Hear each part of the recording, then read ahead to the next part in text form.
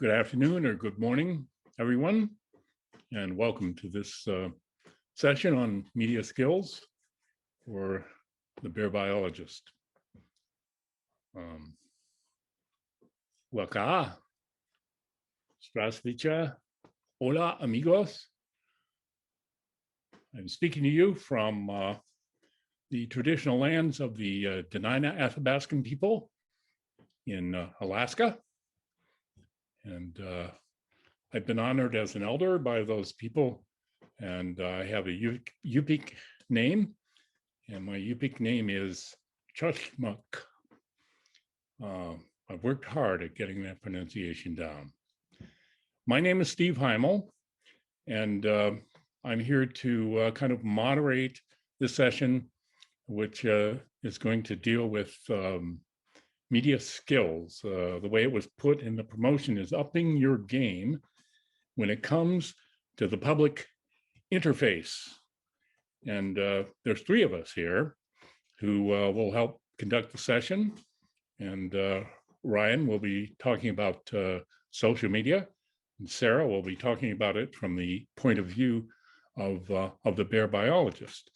And I am a traditional media person. So I'm going to speak of it from that.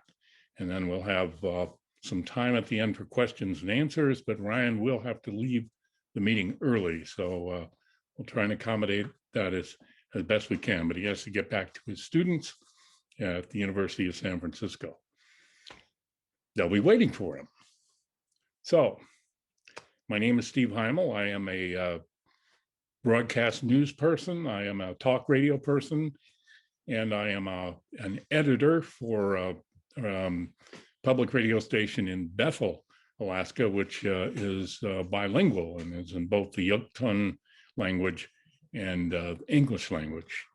I serve as the editor. I mentor a fairly young reporting staff and help them figure out their approaches to stories, find sources, and then focus their stories and go over what they have written and help with, punctuation, grammar, structure, sometimes, whatever. Sometimes I have to say, sorry, that ain't a story. Go back and try again, try this way or that way. So that's my background. I'm not a print person. I'm not a TV person. I got a face made for radio. I'm a Pennsylvania guy, actually. I lived in Alaska for 40 years, and I've been in broadcasting for 60 years. But I still got my terrible towel. I'm from northern Pennsylvania. When I was a kid growing up in northern Pennsylvania, where I lived was surrounded by state forest, and I never saw a bear. Actually, when I go back to my earliest memories, when I was a kid, we used to go out to the dump, and sometimes we would find bears at the dump. But nowadays, in northern Pennsylvania, the bears are all over the place in populated areas. People have to protect their trash and so forth. It's changed rather drastically there, and I was deprived of all that companionship of bears when I was a kid. So what I have always liked to do, along with my talk radio and broadcasting, is cover breakthrough science. And I like to look for those stories that that I can kind of lead with saying, everything you knew about thus and such is wrong. I like to get a punch into the story, and that's also what excites me intellectually is the expansion of knowledge, the new paradigm. And we all know that science works this way. Media doesn't work this way. Media, you always got to think about balance and accuracy and things like that. In science, once the paradigm is smashed, it's over with. We got a new one now we got to work with, and that's the way it works. And it's hard for some reporters to get used to that, but over time they do. One thing about breakthrough science is that it's kind of hard to make it into media because it's brand new. There's a lot of resistance to it.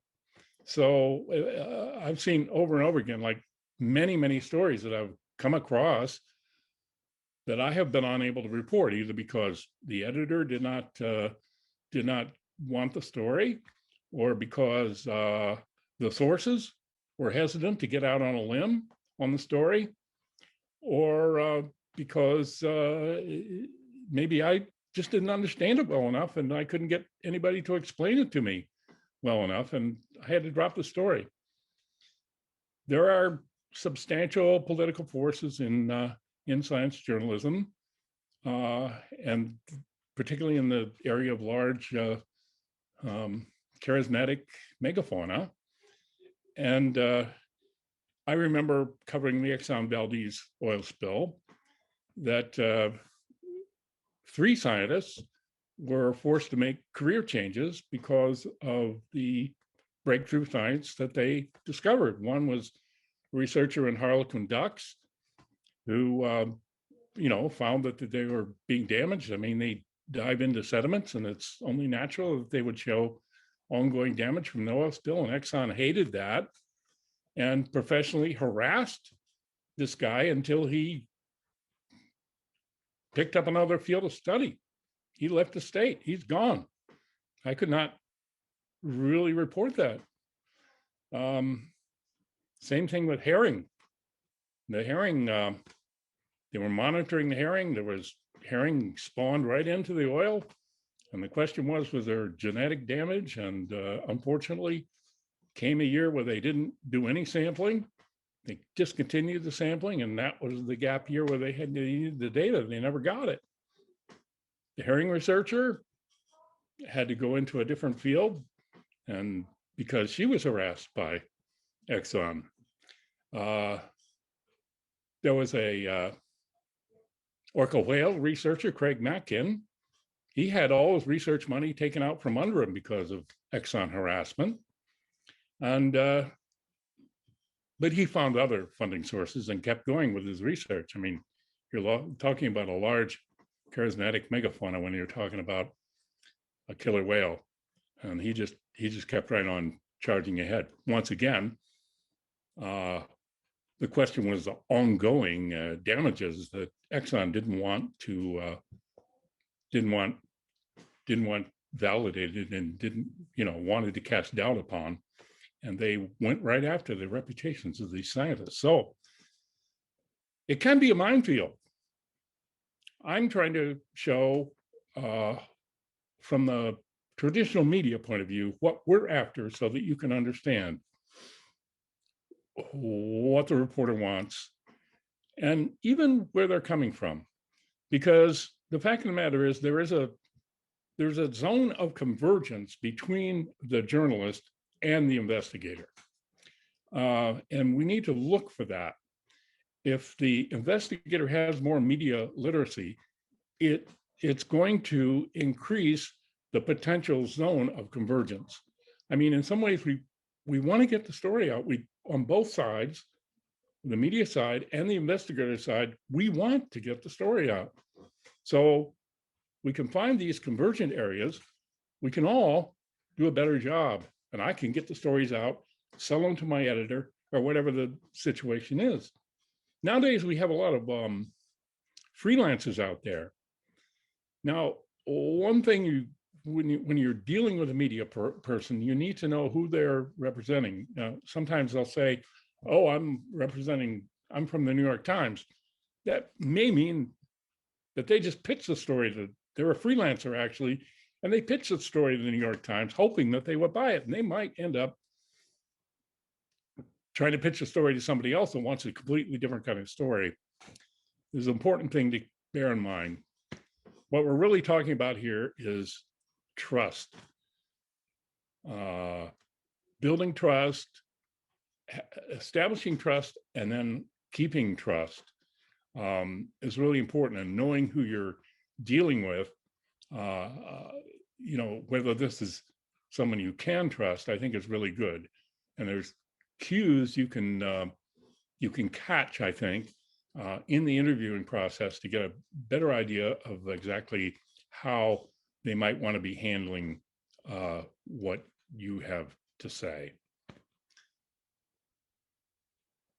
Because we're talking about the interface, what do we call it? The public interface, I think it's important to mention to investigators that you may already have an available public interface. If you work for a university, if you work for an institution, often there are public affairs specialists who really would like to help you get your story out. And it's amazing how many times people don't use them when they could be used. I mean, in a way, you're the client. They're the professional helping you to do your job if things are working properly. I realize they can be pretty dysfunctional sometimes, but still, it's important to at least look at that option if you have it, of the public affairs, public relations professional you already have working for you or your institution. And from the reporter's point of view, this is our POC. This is our point of contact. This is where we are probably going to start our inquiry.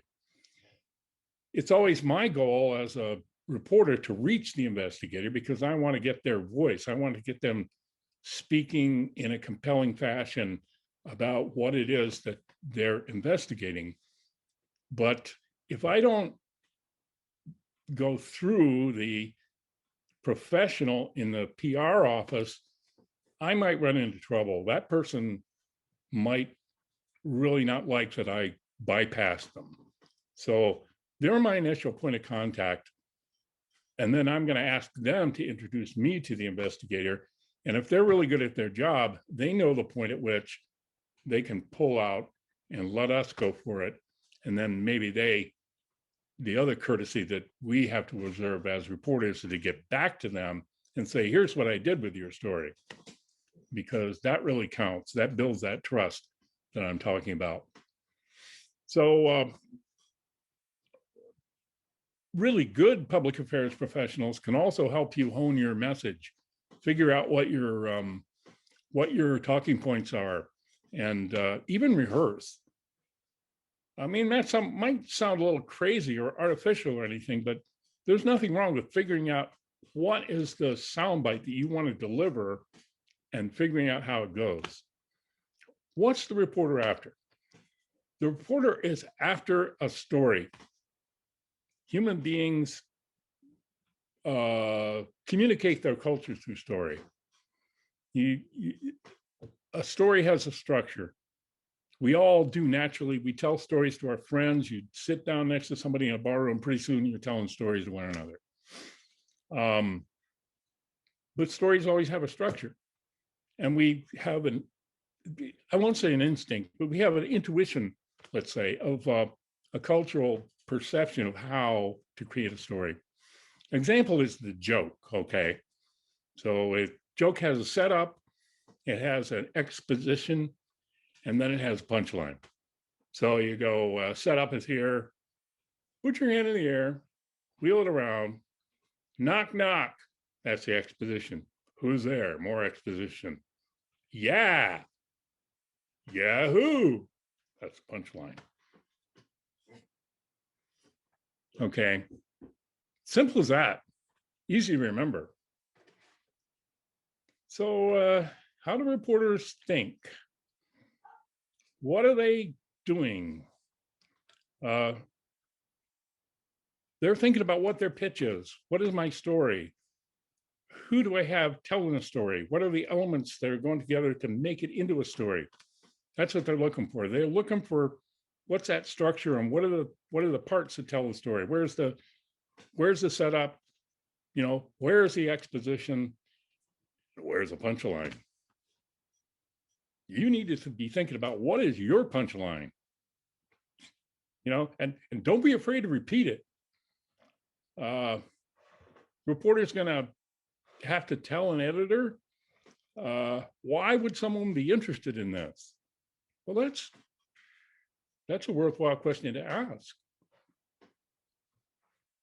And then what are the sources? Do I have sound? Do I have something that conveys the atmosphere? What's going to make this a story? How does this fit into the larger frame of things?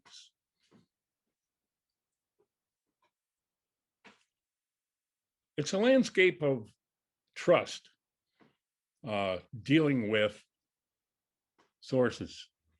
The source, from the point of view of the reporter, needs to be relaxed and sound natural and feel approachable, that this comes across to the public, and this comes with the trust that is built.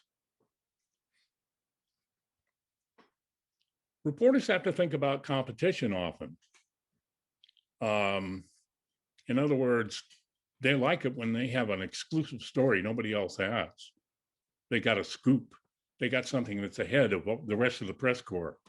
That builds your reputation as a reporter. I've discovered, because I deal with breakthrough science a lot, that I'm in scoop land all the time. I'm not really too worried about getting ahead of anybody else. In fact, I've even tipped other reporters on stories because my editor didn't want to buy it. So I get them to do the story, and then my editor call up, hey, I read that story in so-and-so. And then I get assigned. You got to be assigned in order to be allowed to work on the story, unless you're working for yourself. So what else we got here? It's great getting around to Ryan's time, but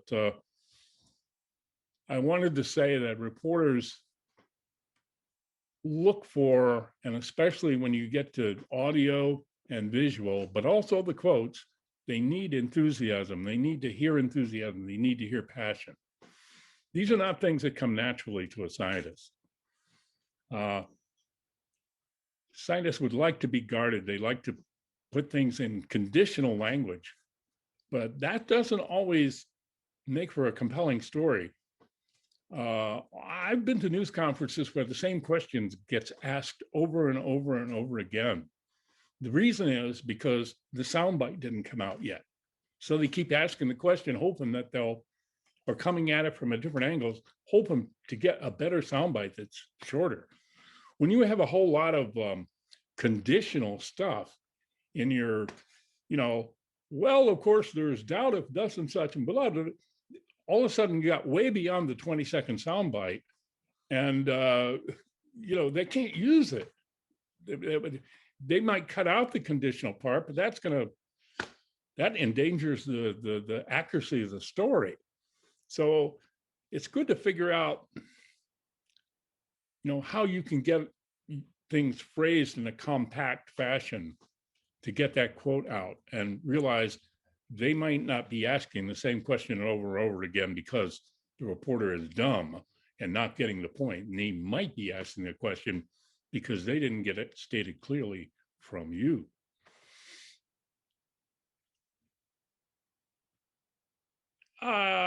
There's a cultural issue here, though. I think that I would urge you as an investigator, as a scientist, to look into yourself and think about your own attitude toward scientists who stick their necks out and get a lot of publicity, and whether or not you take a dim view of them. The Carl Sagans and the Neil deGrasse Tysons of the world. If you think, well, what a showboat, they just want the spotlight, that's not real science. I don't know. You see, that's a kind of a cultural prejudice. And I think that you just need to examine it in yourself and think then of how maybe in your own profession this will happen. Sometimes it's unavoidable, but it's just simply a factor that's there. I think the more breakthrough the science is, the more the resistance is from the public at large, but also from your peers. To take a good example, take about Clovis points, for instance, and there's the prevailing paradigm remains in the study of peopling of the Western Hemisphere that, no human beings got across the Bering Land Bridge till about 14,000 years ago. That's probably not true, but that's the prevailing paradigm. Anything that threatens that encounters resistance, we had the same thing earlier with whether or not there was interbreeding between Neanderthals and anatomically modern humans. That was, oh, absolutely, hardly ever. That turned out not to be true, but it took forever to turn that paradigm over. And that's the way it is with breakthrough. There's going to be resistance. So I think that's everything I have. I might talk later if somebody wants about how the Science Press Corps has changed in its nature down through the years. But I want to move now to the how things are in social media and the more newfangled things. I can talk about the traditional media, but Ryan Langan is an assistant professor of marketing at the University of San Francisco, and I think we all are going to have to learn more about social media. Go for it, Ryan. Well, thank you, Steve. I appreciate the introduction. Hello, everyone.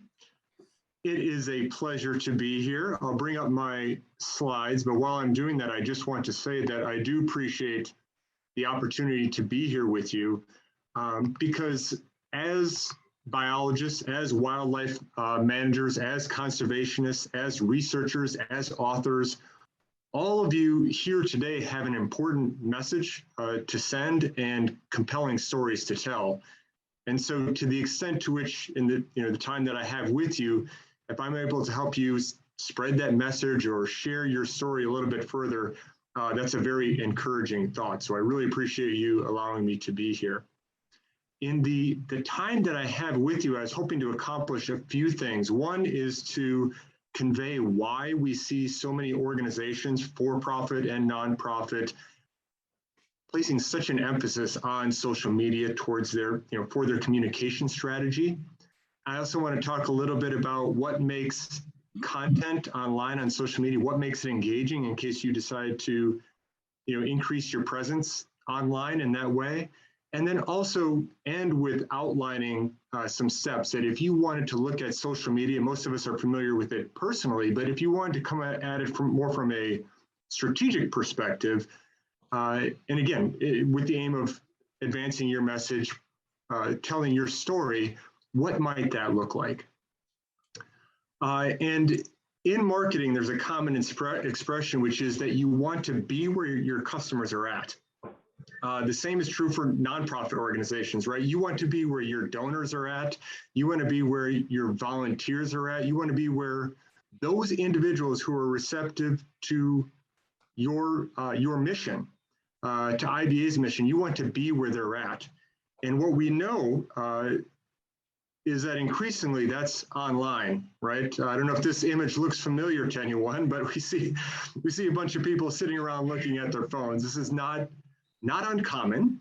And so this migration online, if you will, is supported, statistically as well. We see a study by Pew Research, which finds that, here in the US, and these figures, they generalize out beyond the US population as well. But yeah, I mean, people are spending a lot of time.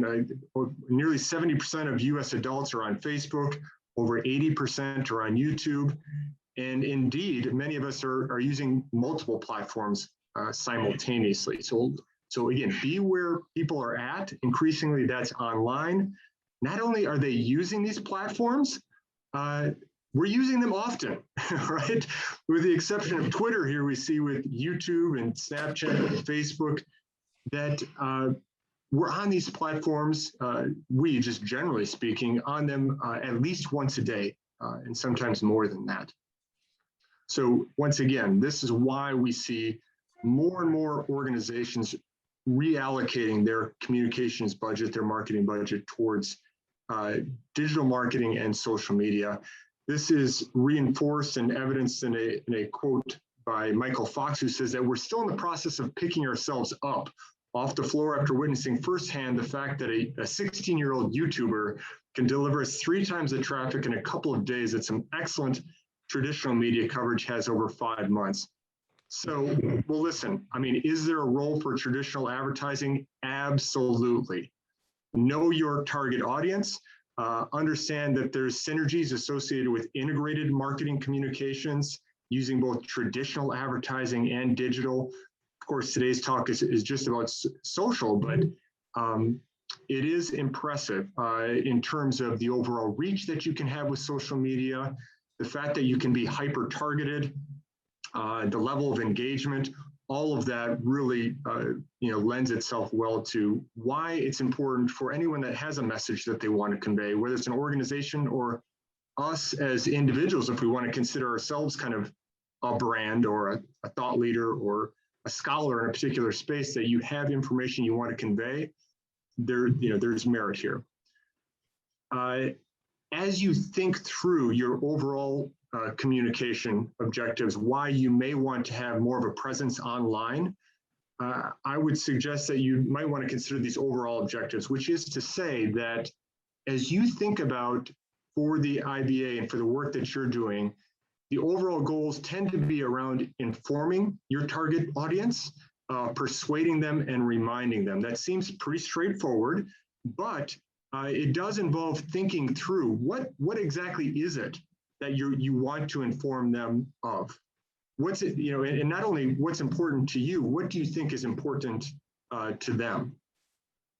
It involves persuasion. You may want them to take some form of action. And again, this varies on an individual basis, but do you want them to download a white paper? Do you want them to come to your personal blog? Do you want them to watch a video? Do you want them to advocate on, for a particular position? That needs to be thought through, and we'll build on in just a moment. And then, we're all busy.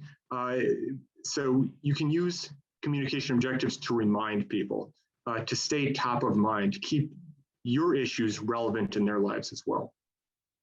So these are some overall objectives. If you're thinking about expanding your presence on social media, some of the steps you're going to want to follow is to first clarify your social media goals. Once again, this seems pretty obvious, but I tell you, for a lot of nonprofit organizations and small to mid-sized organizations, they understand intuitively, like many of us do, that, well, yeah, there's a lot going on with social media. I've been told I need to have a presence there.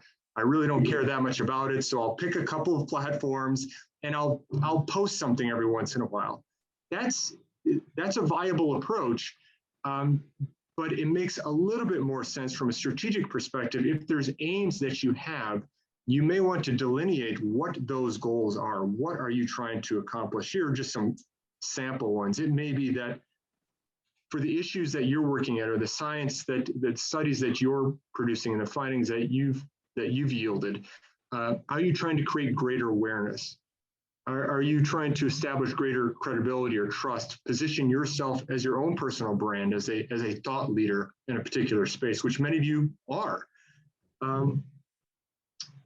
Increasing followers is an element of it. We'll see here in a moment that that's only one element of a goal that you should have.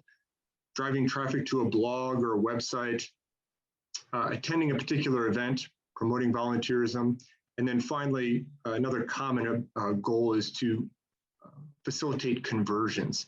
And in a moment, we'll build on that, but essentially it's any action that you want people to take, and you can define what that is. So please do start with this. Why do you want to have a presence? What are you trying to accomplish? If you were scrolling through your Facebook feed right now, or Instagram, or whatever platform you use, and you saw this image, would it get your attention? Steve? Yes. Whoa, okay, interesting. Well, maybe it's a compelling image. That's, sometimes even if you're not the target audience, if it's a good enough image, it'll get your attention. How about if that image was this instead? Love it. It's pretty adorable. It's pretty adorable. And finally, this is for the whole audience. You're going through your feed. We scroll through stuff pretty quickly. If this came through on your feed. Oh yeah. I know. That was pretty heavy-handed of me. I will admit that.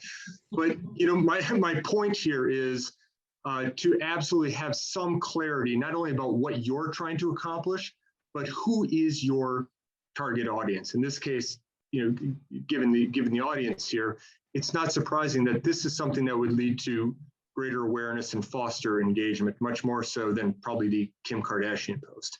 Although, hey, you never know. You never know. So the second step, if you're still with me, is to consider who your target audience is. And you can decide. You all have busy schedules. This is real kind of more principled marketing practices. You may not have the time to do market research. Maybe the IBA has some information on this, who your target audience is. I don't know the answer to these, but even if you don't have market research on it to know from a demographic, geographic, lifestyle, psychographic, you may not have all that information, but at least give thought to who you're trying to reach. What does their world look like, and how does that intersect with what you're trying to accomplish? Clearly, your target audience is going to be people who are interested in your mission and have a passion for the work that you're doing. But is there anything beyond that? Oftentimes you see companies, again, for-profit and nonprofit, building out these, they're called buyer personas. Here's an example with Liam. And they're hugely powerful in the sense that you can, once you know, I'm trying to think of the source of this quote, but David Ogilvy, he's a marketing luminary. He said, there's only one winning strategy, and that's to clearly identify your target audience and then focus your resources towards that. In marketing, it's the marketing mix, the 4 Ps, but to focus that towards that given target audience. And my point, everyone, is that if you have some of these insights, if you know this about who you're trying to reach, then you can tailor your information a little bit more. What interests them? What information do they want to get to know? What does their life look like? And what challenges do they have? And so again, some of this may not be as applicable, but in general, the idea certainly is to know who you're trying to reach. And that way, when you decide, if you decide to start creating content online and you pick your platforms that you want to have a presence on, you're thinking about not only your work, which is vitally important, but as Steve mentioned, what's that intersection look like between what you're trying to accomplish and what the target audience is interested in? And you'll get a sense of that. If you get into social media a little bit more, you'll start to see what works and what doesn't from an engagement standpoint. But it's something to keep in mind, only because sometimes people use social media strictly from a promotional standpoint, and it doesn't resonate quite as much with the target audience. So, determining your goals, considering your target audience, and then next is actually developing the content. And the first step towards that end would be just to kind of look at what's out there. There's some really great work that's being done, and recognize that there's a wide range of different types of content online. You can see, of course, images, powerful, unique images, which, by the way, as I mentioned before, all of you have an extremely compelling story to tell. So when it comes to images, videos, maybe even live feeds, that's a bit of a stretch, but that's all compelling and engaging content. Lists, you've seen a lot of this top 5 on social media, or top 3 reasons to do this, or top 3, steps you can take from a conservation standpoint. Addressing frequently asked questions, infographics. If you want to be lighthearted, depending on your approach to social media, you can use memes, quotes, your research findings clearly, any statistics that would inform people. So think through, if you're starting to create content, the variety of types of content out there, because that alone will start to give you ideas for the types of content that you may want to create. And then think about where you want to have a presence. Is it on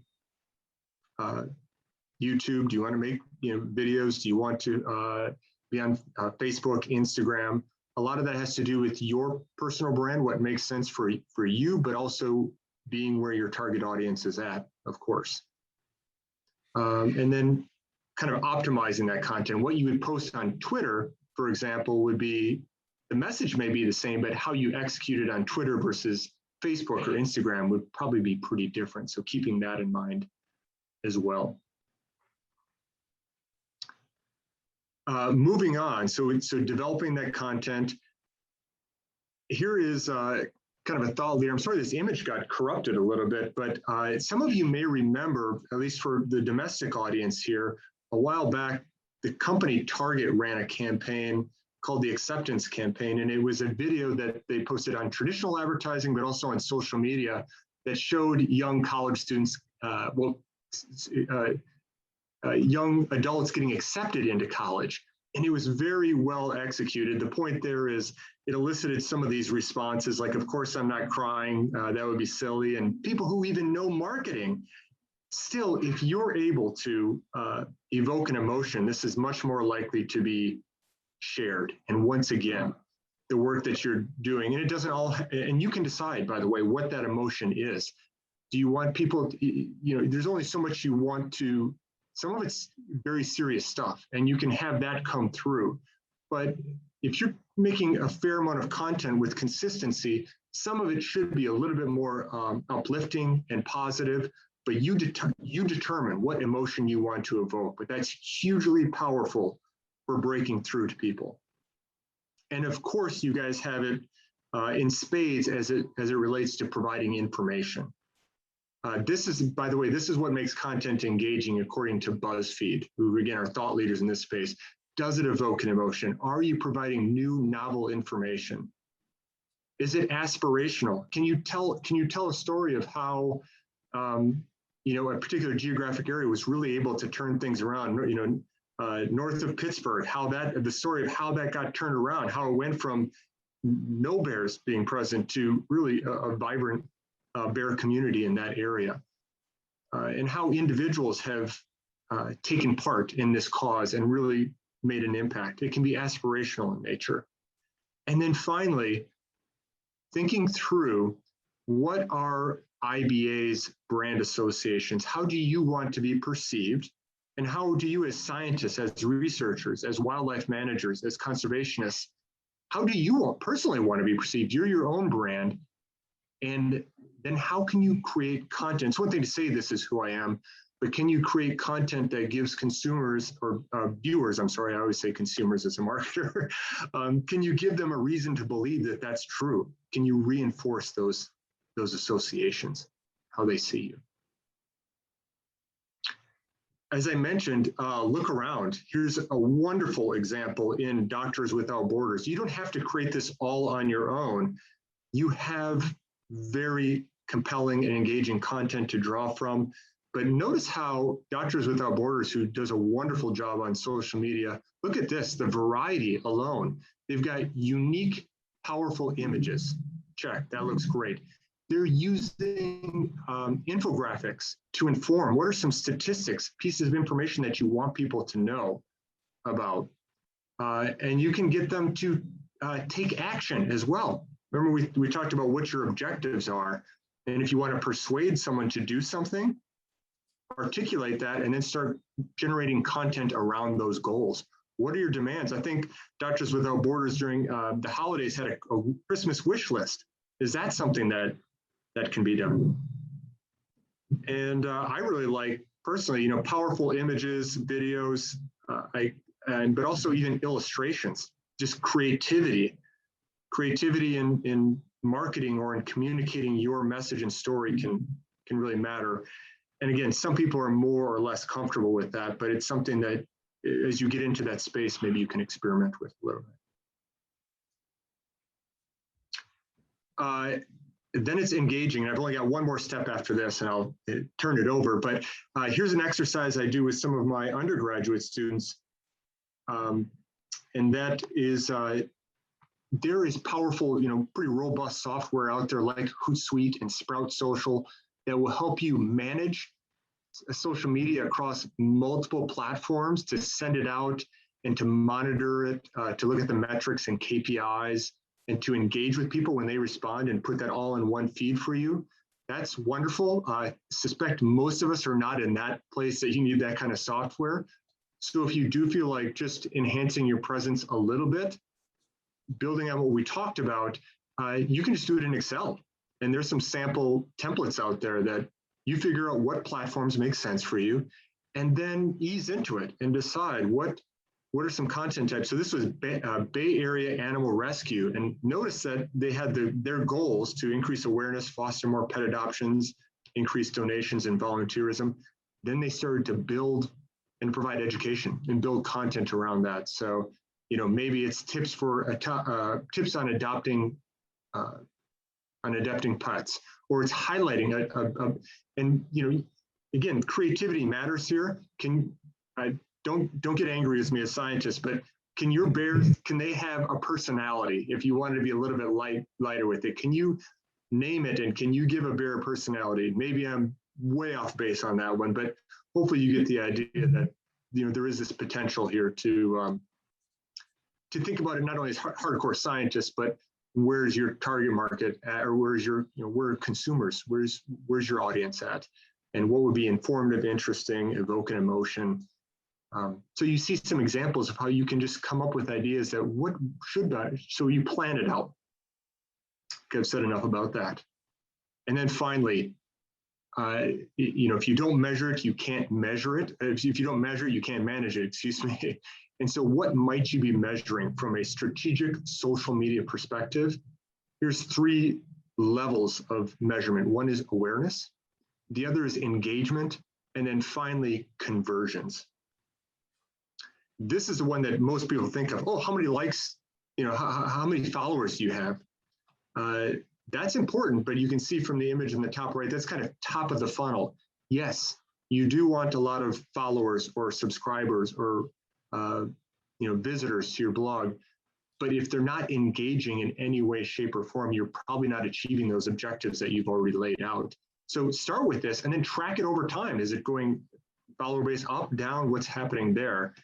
And maybe you can experiment to see what's working and what's not working. So presence is one, but then there's also engagement. How engaged are in the content that you're creating? You might want to track that as well. And if you're getting really detailed, you can see that there's different levels of engagement. One is the applause rate. So not only do you have followers, but they're actually liking or +1, or they have an emoji response to some of your content. That's good. Even better, a higher level of engagement, maybe they're commenting or mentions or replies. That's wonderful. And if they do, I highly encourage that you jump into that conversation to the extent to which you have the time and resources. But consult maybe with someone in media training to make sure that that doesn't go too off base, because that there can be issues there. You see sometimes companies that jump into the conversation and aren't equipped to do so. And then finally, do they amplify your content? Do they share it? Do they retweet it? That's an even higher level of engagement. So these are all things that you could actually create a spreadsheet around, or just keep track of over time and what's happening as you move into this space. And then finally, this notion of conversions and defining what those are. Only is there any action you want them to take? Do you want them to donate? Do you want them to advocate, petition, volunteer, to get access to an IBA membership? Or is it more a micro conversion where you want them to download one of your white papers, or just increase your citations?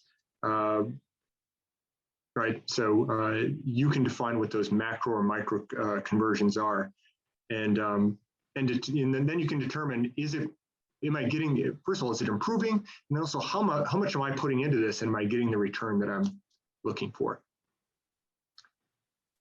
So that's all I have for you. I hope this information was informative, and I'm happy to stick around for a couple more moments, but my class starts in 2 or 3 minutes. I sincerely apologize. Ryan, thank you very much.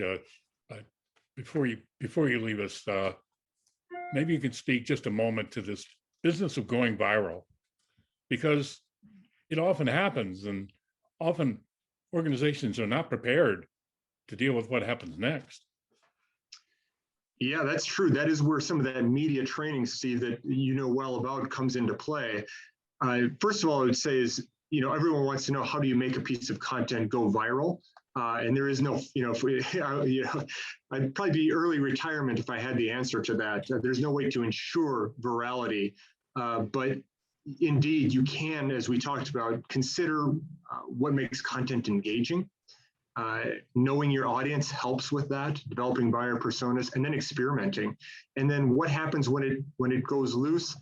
Yeah, that's where the media training, and Steve, I would probably argue that you know more about that than I do in terms of from a PR perspective. All right, Yep. Thank you, Ryan.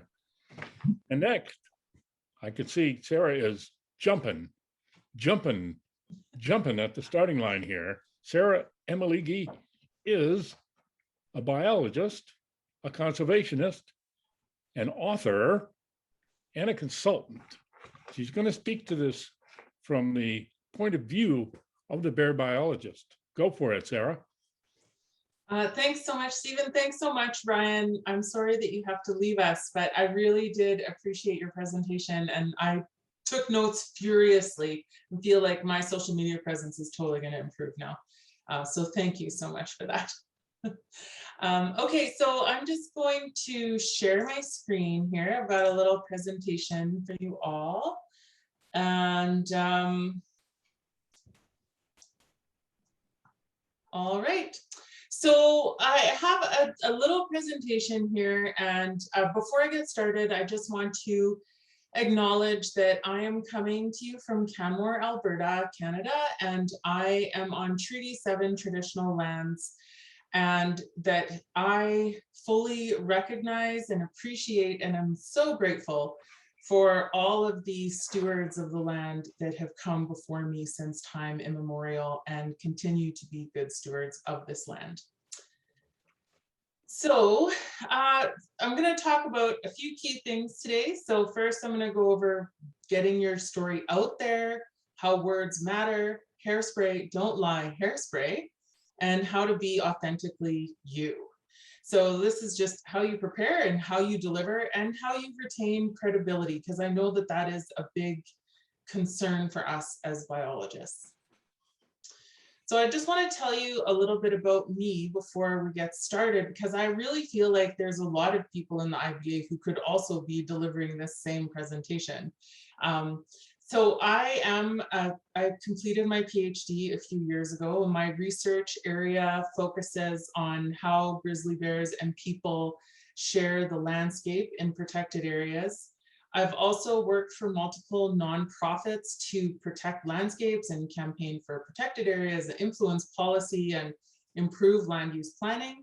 But also, this started in a previous life. One of my first jobs was as a science interpreter, science educator for a paleontology museum here in Alberta, obviously before I discovered bears. And that was the beginning of an understanding and continual development in communicating science and the importance of communicating science for an array of people. I've done countless media engagements about bears and environmental issues, and I tend to be contacted a lot by media in my area and nationally about bears and all things that come with that, which, as you all know, is quite a lot.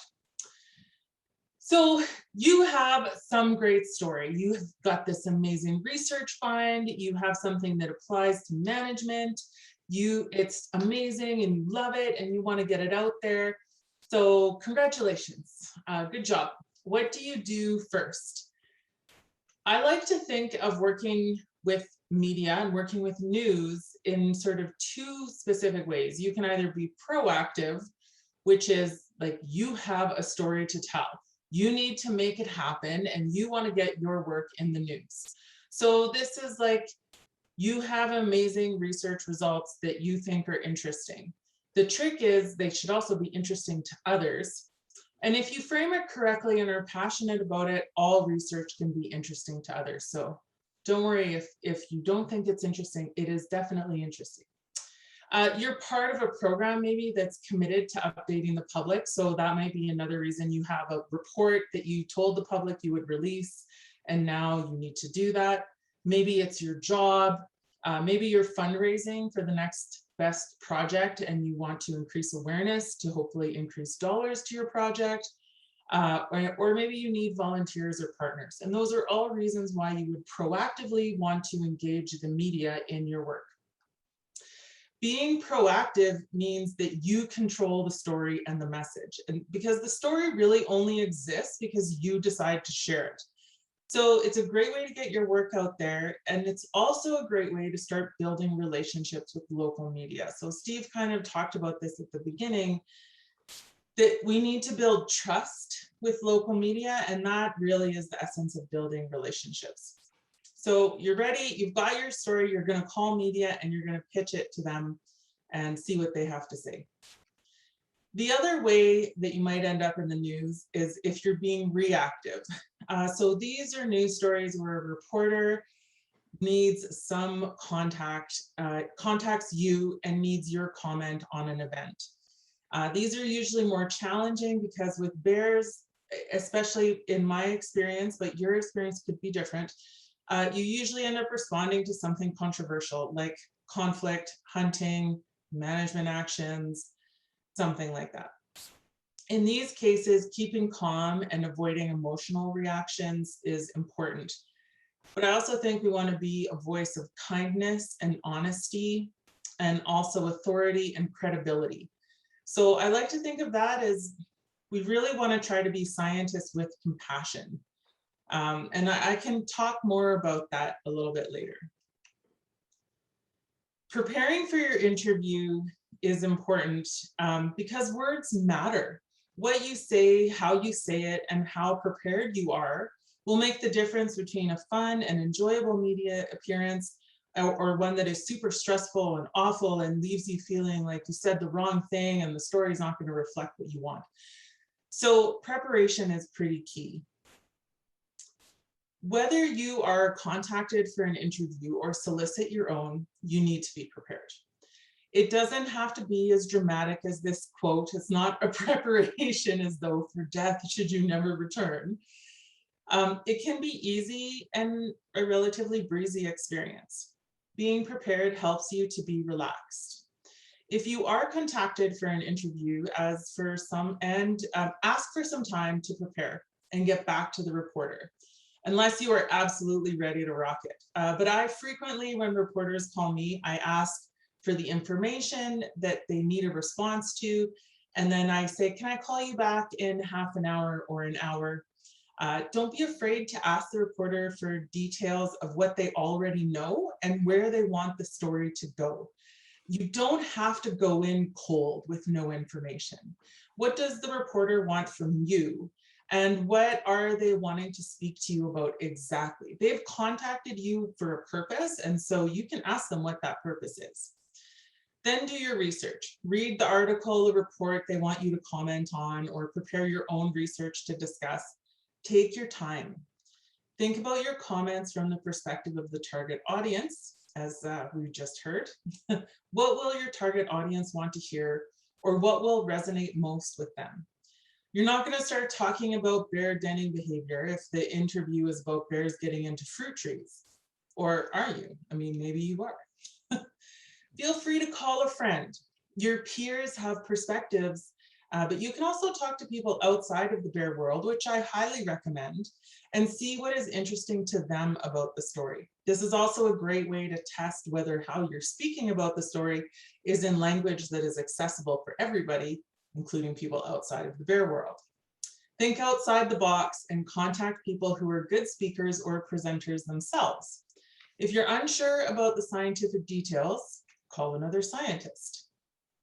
Be kind, and I can't emphasize this enough. I think sometimes we go into these relationships with media where we feel a little guarded, and they might feel a little guarded too. But we need to recognize that the reporter and everyone else who may help you has deadlines and jobs to do. A reporter may not be able to give you the extension that you need, so ask what their deadline is. And also be kind to yourself. If it's giving you hives to speak about something and you're not comfortable, then don't. Don't force yourself to do anything that you don't want to do. Key messages. This is really one of the most important parts of the whole process. So these are the little bullet points of information that you want your audience to hear, understand, and remember. They're bite-sized summations that articulate what is important for you or your research. These are key messages, clarify meaning, and they provide the takeaway headline for listeners. You can't always control communications, like you can't always control the output that the reporter puts out there, but you can control your key messages. Key messages are concise, so they focus on 3 to 5 key messages per topic. I'm going to give you my tip from the top right now is that I always put my key messages on a 3x3 Post-it note. If it doesn't fit on this Post-it note, it's not a key message. And then when I do the interview, I sit here with my 3x3 Post-it, and this is what I'm allowed to say. They should be read or spoken in 30 seconds or less. They should be strategic and define and differentiate your work or response. They should be relevant, balancing what you need to communicate with what your audience needs to know. Key messages should be compelling. So they should design meaningful information that stimulates action. You want people to carry bear spray with them when they're in the woods, or you want people to read this report or to participate in this public engagement around this management plan. Key messages should be simple, so use easy to understand language, avoid jargon and acronyms. They should be memorable, so ensuring that messages are easy to call and repeat, avoid long run-on sentences. Key messages should be real. Be authentic, use your active voice, not a passive voice, and don't use advertising slogans and stuff. And also try to tailor your key messages to the audience that you're going to be speaking to. So if you're doing an interview on radio, you might have slightly different key messages than if you're doing an interview for your local newspaper. If you're sharing your own work, so you're being more proactive here, you might want to create a press release. And that's once you have your key messages defined, your key messages kind of turn into quotes in the press release. And if you are drafting a press release and you need some help with this, I highly recommend just doing a Google search for press release templates. There's just lots of really great information out there on how to do this. But the basic rules of thumb are that a good press release is 1 page or less. It ends with your contact information. And it's basically a teaser. It's how you get the press to call you. So you are essentially pitching the story. So write it how you want it to be told. And some smaller newspapers will publish the news release directly. So kind of write it in a way that it could also just end up as its own standalone news article, but it's also got some really good little tidbits to promote the bigger newspapers or maybe TV media or radio to call you for more information. You want to use 1-sentence paragraphs and a few quotes. Have a catchy headline. Hairspray, don't lie, hairspray. You might be wondering what that means. So when I took media training, this was one of the biggest takeaways. I had to laugh really hard because the guy who was delivering the media training looked directly at me in this room of people. It was like, hairspray, don't lie, hairspray. And I was like, what do you think? I'm not a liar. Like, what do I need hairspray for? Because I have a lot of hair. So it seems like kind of a funny thing, but when you're doing TV interviews, how you look is important, not because you want to be good looking, but because you don't want people to be distracted. So for example, if I'm doing a media interview outside and it's a windy day, I will not wear my hair down because I know that my hair will be blowing around in the breeze and suddenly nobody's listening to anything I say. And that's what hairspray, don't lie, hairspray means. So you need to be prepared, you need to look good, you need to feel good, and then you'll be ready. In terms of talking to different media outlets, how you talk to these different media outlets might be a little bit different. How you prepare might be a little bit different. So specify your response and approach based on what form of media you're working with. So for TV, for example, in addition to Hairspray, tell the story. Oh yeah, I already told you that story. Sorry, I'm reading my notes. For TV, for example, your background is also important. So you want to make sure, and the TV reporter will probably also make sure of this, but you want to make sure that there's not a lot of noise happening in the background in terms of lots of activity or things that might distract the viewer. You also should wear solid color clothing and try to avoid like big pieces of jewelry that might be distracting. The reason why you wear solid color clothes is that some patterns get kind of vibrating on the TV, and that's distracting for people as well. For radio, the biggest piece of advice I can give you is don't rush. It's very easy to talk fast on the radio. The pieces are usually 2 to 3 minutes long, especially if you're doing live radio. But the important thing is to speak slowly so that people can understand what you're saying. Most of the time for TV and radio, you'll be doing a piece that will later be edited. So you can ask the reporter, did that sound clear? Would you like me to say that again? Oftentimes when I'm doing an interview with radio or TV, I might just say, oh, no, hold on a second. That wasn't quite how I wanted to say that. I'd like to answer that question again. Most of the time, the reporter wants you to look good as well. So if you feel like you need a do-over for a question, then ask for one. In terms of newspaper, and for all interviews actually, always take a breath before you answer the question. So if you take a breath to think about what your answer might be, that gives you time to collect your thoughts. And it's also a time when you're not saying or yeah, or looking like you don't know what you're talking about. So just take a breath. In terms of podcasts, which are becoming more and more popular, you might want to talk to the hosts before the recording. What kind of questions are they going to ask? Will it be an interview or a free-flowing conversation? Will there be other guests there? Again, regardless of what kind of media outlet you're talking to, take the time to be prepared, ask questions so that you can be prepared, and then pause before you respond. Never jump in and try not to interrupt. Don't ramble and use a pause instead of an or an ah. And I highly recommend you practice with your family and friends. If you feel very nervous about public speaking or you feel nervous about the message, practice it a few times before you actually talk to the media.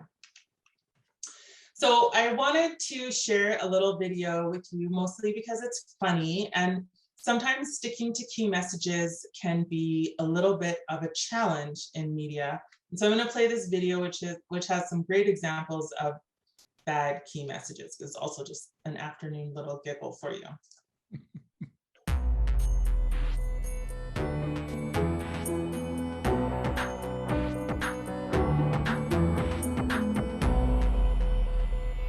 As we move into 2019, now is a great time to look back on the worst of 2018. So here is the Predictive Media Network's annual list of the worst media interview blunders of the year. Hi, I'm Russ Ray, coming to you from La Quinta, California, in the beautiful Southern California desert. Coming in at number 5 for the worst media blunders of 2018, Education Secretary Betsy DeVos's high-profile 60 Minutes interview, where she struggled to answer questions about charter schools and her work in Michigan. Why take money away from that school that's not working to bring them up to a level where that school is working? Well, we should be funding and investing in students, not in school buildings. Have you seen the really bad schools? Maybe try to figure out what they're doing? I have not intentionally visited schools that are underperforming. Maybe you should. Maybe I should.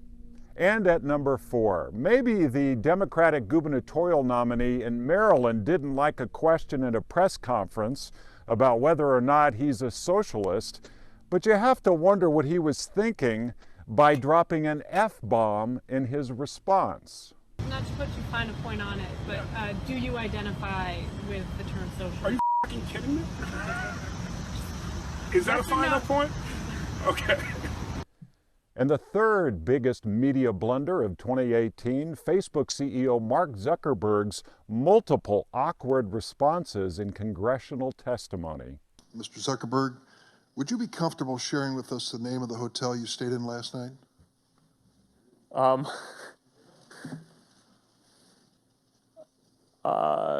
No. You don't think you have a monopoly? It certainly doesn't feel like that to me. Number two, few could argue Alabama's Nick Saban is a great football coach, but he was universally criticized for this response to a question about his team's quarterback competition. All right, Coach, everyone had questions about who was going to start at quarterback when this game started. What answers did you have about your quarterbacks after watching both of them play tonight? Well, I still like both guys. I think both guys are good players. I think both guys can help our team. All right, so why do you continually try to get me to say something that doesn't respect one of them? I'm not going to, so quit asking. I hear you. And here at the top of the mountain, we give the prize for the #1 media blunder of 2018. This year actually going out to a dual performance by brothers.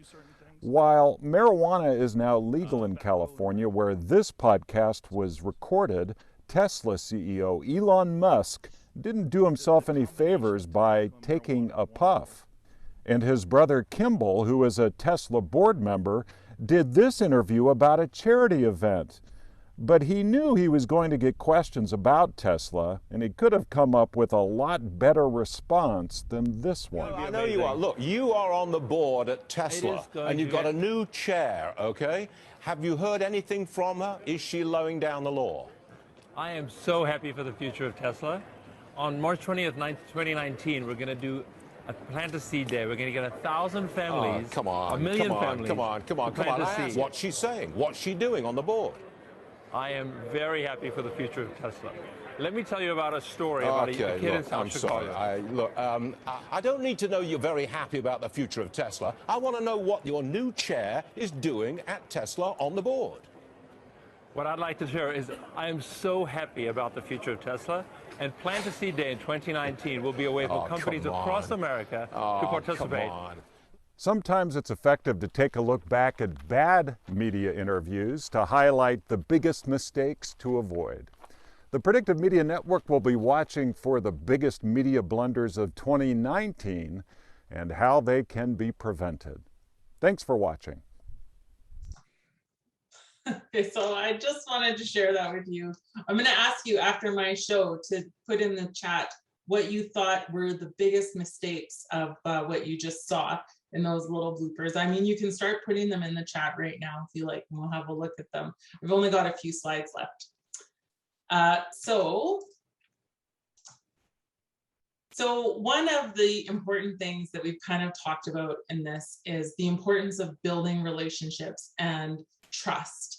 And every new friend is a new adventure. It sounds hokey, but over the years, I have spent a lot of time developing relationships and trust with some people in my local media, and they've become friends. And we've gone on hikes together, and we've spent time together outside, and that friendship then in turn builds into, like, it starts out as professional respect and it can turn into friendship, but it also means that when you're ready to pitch a story or when they have a story, there can be more of an informal conversation around how should we frame that and what should that look like.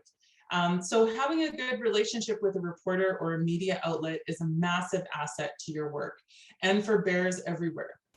Bears are in the media all the time, and it's so much better when a bear biologist can lead that conversation and contribute reasonable perspectives and data. A good reporter that you respect and who respects you can mean good news for bears and their conservation in your work area. Ways to build a relationship with media is contact reporters when you have a story idea, even if it's not one that involves you. Be a source of sources. So refer reporters to colleagues and help them expand their network. Oftentimes, if a reporter calls me and wants to talk about, for example, I do a lot of interviews about human-bear conflict. And recently there have been some human-coyote conflict in British Columbia and a little bit in Calgary. And reporters were coming to me and asking me to comment on that. But coyotes are not my area of expertise. So I'm like, I can't actually talk about coyotes, but here's 3 people that I think you should talk to. And so that way you keep that relationship going, but you also build your own credibility because you're admitting the areas that you're not comfortable speaking about. Be honest, always, always be honest. Everybody can tell when you're lying. So just be truthful. And follow up after you have interviews with a note of thanks or potentially corrections, but hopefully not. Ask for the link to the article or the news piece so that you can share it on your social media and tag the reporter or the news source when you post it. So these follow-up emails after it's over, just thank you so much for the conversation. I really loved the piece and how it turned out. That can do a lot for building a relationship with media in your area.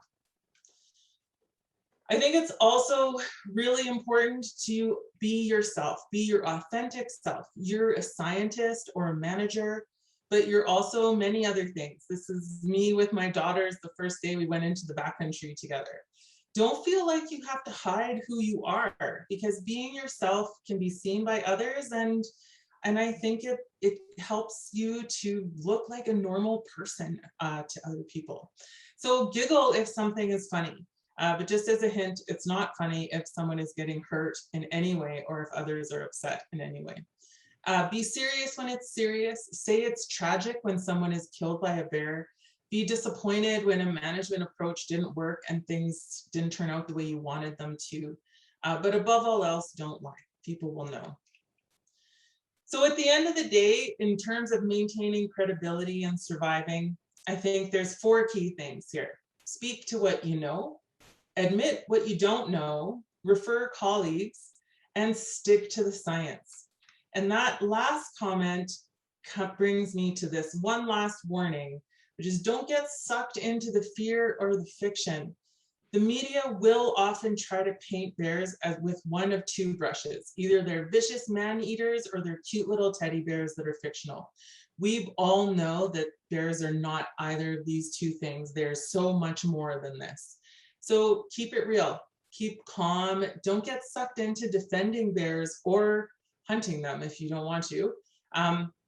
If you're not comfortable having an opinion about a story, then don't.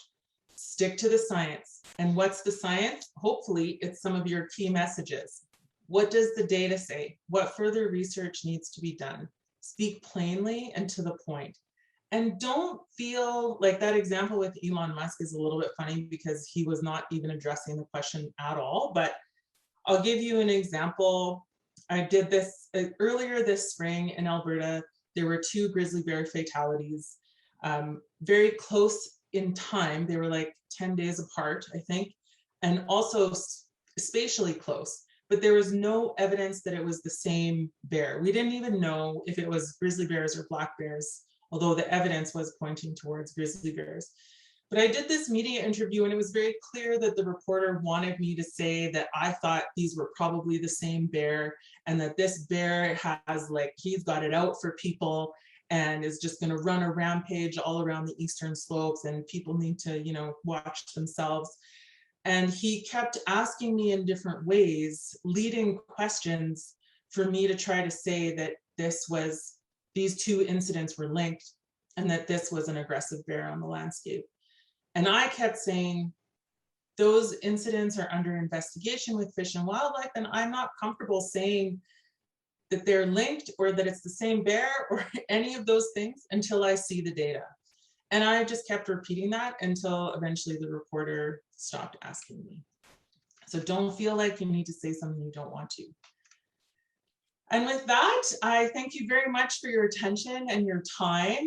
There's my email and my website information there, but I am here to answer questions, and I'm just going to stop the share. And there you go. Thank you. Thank you, Sarah E. Those are excellent points, and it's amazing how all three of us overlapped in so many different ways and got a lot of different convergences.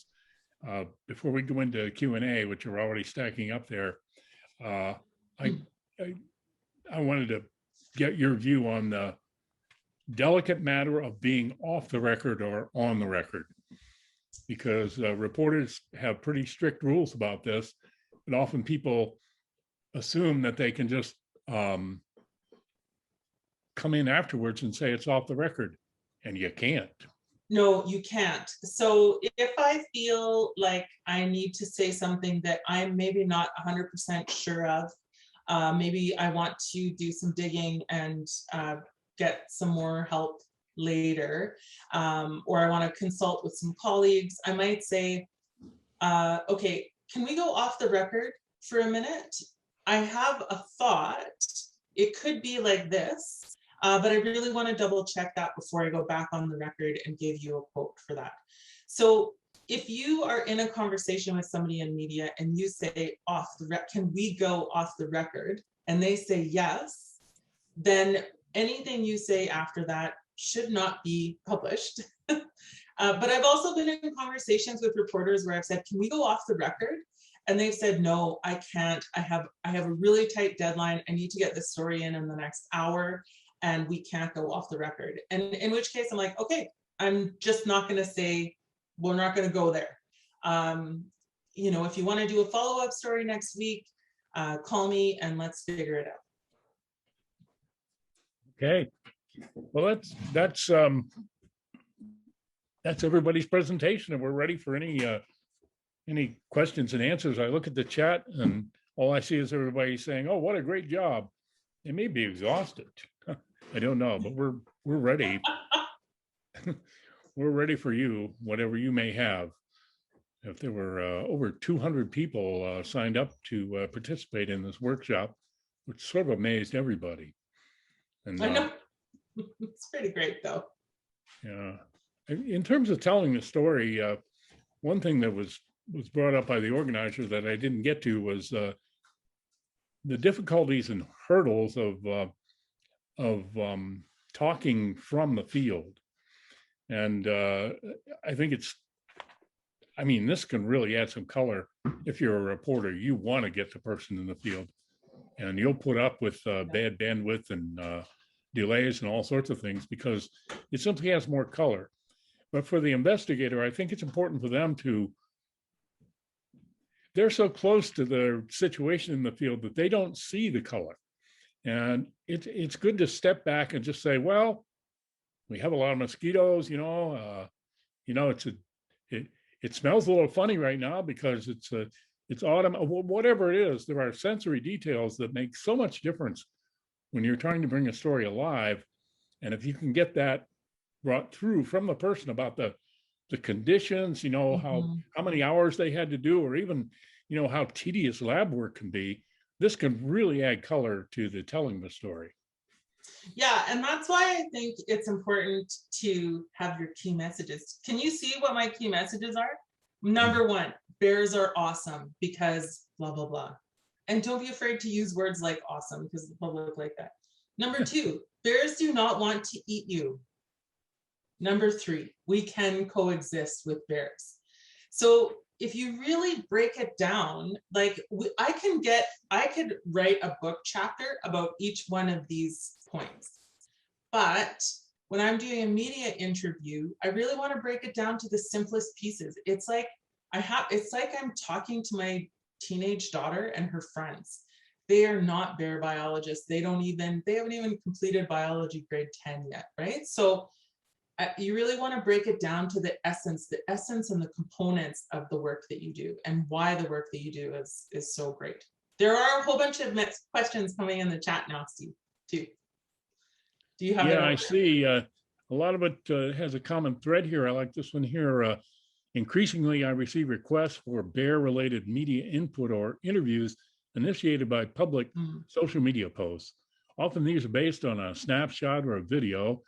By the time it gets to me, there is already an incorrect or fantastical narrative based on bad interpretation of the bear's behavior.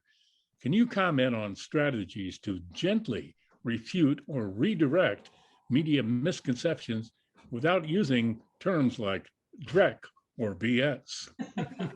Yeah, so that's John. Thanks, John, for that question.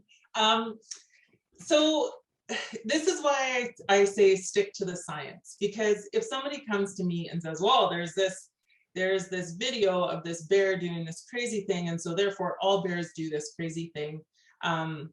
My first answer is always like, oh, that's interesting. I haven't read any scientific papers or seen any data that reflects that that is a regular behavior, or that we have observed that more than one time or whatever. So if you break it down and take it back to the science and just say that there's not data to support that that's a trend, that's usually a pretty easy way to debunk kind of myths about it. Another way is to just say, I've never seen that before. We know that bears behave in very individual ways. We have a lot of data that shows that. So it is interesting, bears do engage in behaviors that we've never seen before. And I think it's fair to say, I've never seen that before. That's very interesting. I'm not sure that the interpretation of that behavior that I'm reading is how I would interpret that behavior, but I wasn't there. So I think you can just say, like, I've never seen that before. I'm not sure I would have interpreted it the same way if I was there. Chad asks, how might you adjust your messaging if you are a representative of an organization or agency? Yeah, so important distinction there. Yeah, it is an important distinction, because if you work for somebody, you are bound to represent that organization. And depending on the size of your organization, you might have a media branch or a communications office that you might need to run your key messages by before you do your media interview. And that's also an opportunity for you to practice your key messages with somebody not in the bear world, because usually people working in a communications office are communications specialists, not bear specialists. So they might have edits and offer some tweaks to your messages. If you feel that the way they want to edit those messages doesn't reflect the scientific information that you're trying to convey, then I think there needs to be a little bit of a back and forth before you can find some compromise. But you are bound to represent the organization, so it's important somebody in the organization has input into what you're saying. Yeah, I think also sometimes you can get away with a disclaimer, but you have to make it really clear to the reporter, look, this is not the position of the organization. This is something that is my personal observation as a professional or whatever, but it is not, the organization hasn't voted a position. It's not the board of directors. It's not going through the PR office here. This is all what I have to say as an individual. Yeah. But they're still going to identify you as being part of that organization, but you can get them to be clear that you don't represent the organization. Yeah, you can. So because I do consulting work right now, I have several different contracts on the go at any time. And I always make very clear before I engage in a media interview, I would like to be represented in this story as Sarah Elmeligi, Bear Biologist, or Sarah Elmeligi, National Parks Program Coordinator for CFAW Southern Alberta. So you can say how you want to be recognized for the article, for your perspectives. And just because you work for an organization doesn't mean that you can't speak to media and represent yourself as an individual or as a biologist or whatever, but you need to have permission from your organization if you're going to do that. Yeah. It's thoroughly legit to say, look, I can't comment on that. Yep. Yeah, and it's funny because Amy McLeod asked a question in the private chat, and then I was just going to say I was going to answer it on the video anyway, but she just retyped it in here about that the last blunder with the Tesla brother, and how obviously he was told to stay on message and kept trying to get the message across that they were there for and trying not to engage with the reporter in a sensational question. what would I have done differently? And I think what I would have done differently is said, you know what? I'm not in a position to comment on that right now, but if you would like a comment from Tesla about this, please contact so-and-so. I'm here today to talk about the great future of Tesla and how we're amazing and we're going to do all these awesome things. So I think it's important to say you're not comfortable to comment on something and then to provide an alternative. So if I'm not comfortable to comment, please contact my supervisor or contact this other person who does not work for Alberta Environment and Parks, or whatever. So provide an alternative, and then that also helps to keep your credibility, but also to build trust with the reporter, right? Because you're recommending another source. Yeah, I think that's one of your best takeaways is you can be a source of sources. Yeah. Really, really good point. Okay, here's how do we balance providing factual information with providing interesting information people want to read and engage with, for instance, public education about bear encounters. And yeah, that's really the heart of the question, and that's the big question, really. Well, I think really, the public really is very interested in bears and bear behavior and bear populations and recovery and management and all of these things. So I think most messages that we craft about bears are interesting. Sometimes it's just the way that we frame it. And especially like public education around bear encounters is a very hot topic. Everybody wants to know what to do in the case of an encounter. But I always say that, like, for example, one of my key messages when I do interviews like that is that it's not what to do in an encounter, it's how you've prepared to have that encounter before you even left the house. So did you look on the local websites to see if there's bears in the area? Do you have your bear spray? Do you have more people with you? Are you prepared to have your dog on a leash? All of these standard messages. And then it's not so much about what you do in the encounter, but what you did to be ready for one if you have one. Everything is an opportunity for public education about bear encounters, really, unless it's related to like population estimates or densities. But then the public is also interested in that because they want to know how many bears are out there, because they want to know what their chances are of running into one. So I think for a lot of people in the public, it really comes down to what's my chances of seeing a bear and how safe will I be in that situation? And I think a lot of our science, even though we're super big bear nerds and we really get down into the weeds, a lot of the science that we're doing eventually leads back to those two questions from a public perspective, obviously not from a biologist perspective. Well, my suggestion of saying no comment was immediately responded to by saying my agencies told me not to say no comment. Kind of like taking the Fifth Amendment. Maybe that's a no-no nowadays. Yeah, I don't know. I don't frequently say no comment. I find if you say no comment, some reporters start to push a little bit harder, and then it starts to turn it. And you saw that in that blunder with the Tesla brother. He kept repeating the thing, and then the reporter kept getting more and more annoyed. And suddenly you're engaging in actually quite an aggressive interaction with the reporter. And I think that that's what you really need to avoid, because it ends up making you look bad.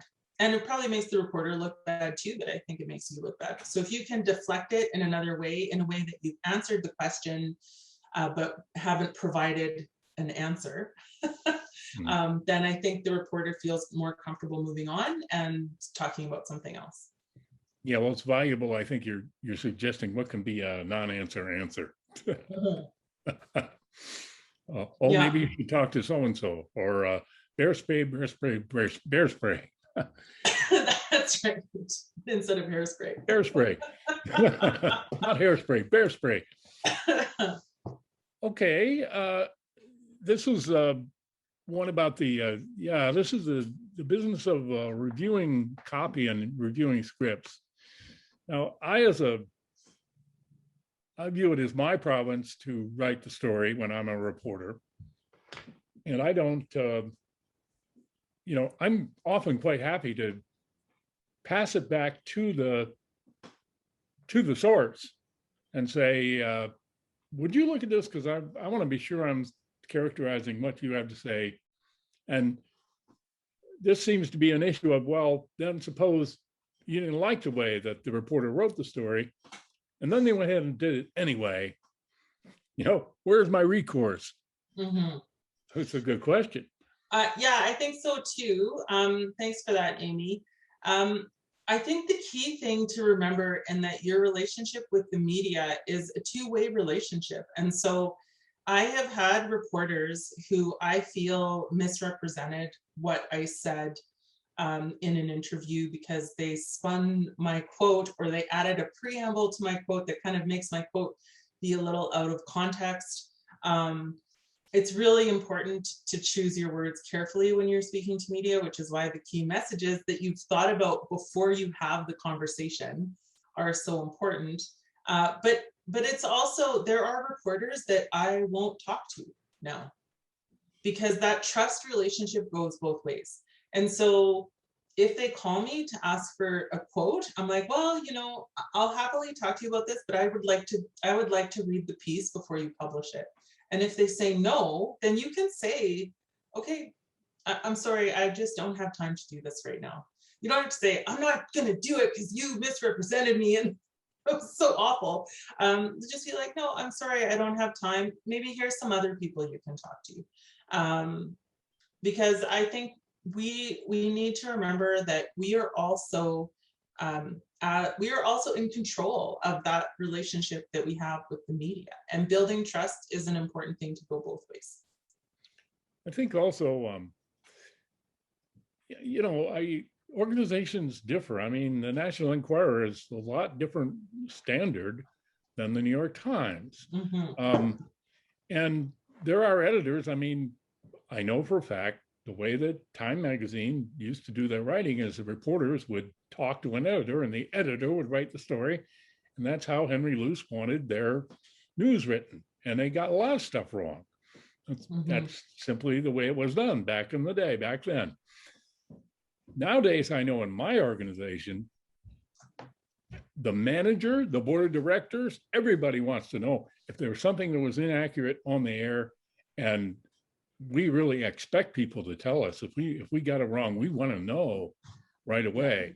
And if I, as an editor, misframed somebody's story, or a reporter writes a story and it's you don't have it framed right, and I went and rewrote it and I got it wrong, well, I want to know about it. Yeah. Well, this is also why I say the follow-up with the reporter is actually a really important part of building the relationship, because you can follow up and say, thanks for the interview. That was really fun. I enjoyed meeting you, whatever. Please send me a link of the article once it's done. And then you read the article and you can email back and say, these pieces were not totally accurate. I'm not sure if there's room for corrections here, but I just wanted you to know that's not really what I said. And then kind of see what their response is, right? It's all about communication. Yeah, I agree. I mean, it's a serious matter retracting, but often nowadays we'll do broadcast news, but then it's going to go on our website. And if somebody comes to us and says, somebody told me so-and-so was said on the radio and blah, blah, blah, and you back here, you look at your script, oh my God, that is misleading. Then but you can't really retract what you've already put out.